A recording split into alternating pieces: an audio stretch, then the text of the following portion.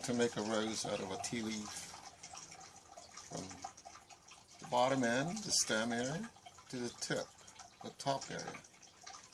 Okay, so let's start off with cutting, making a cut from the tip, and let that cut travel right through the top side of the spine up to that point. Okay, and then make another cut traveling through the bottom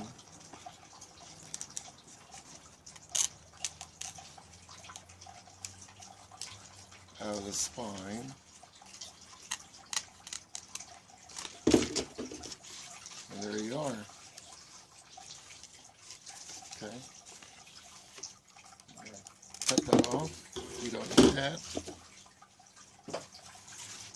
So what we're left with is this. Now I'm going to start rolling it up and do the center part of the rose. So I do it this way. I'm holding the leaves that way as well, while I'm turning the stem. You could actually hear the leaf crackling,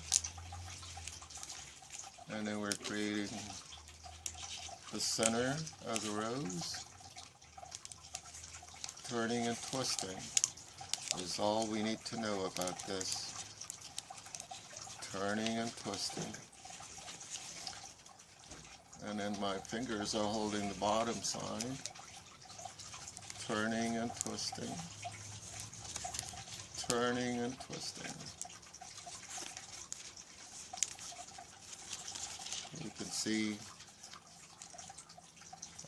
I've flipped the leaf so that the shiny side shows up until you reach the end part. And then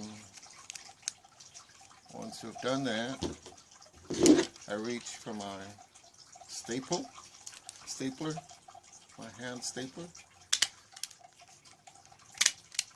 and secure it in place.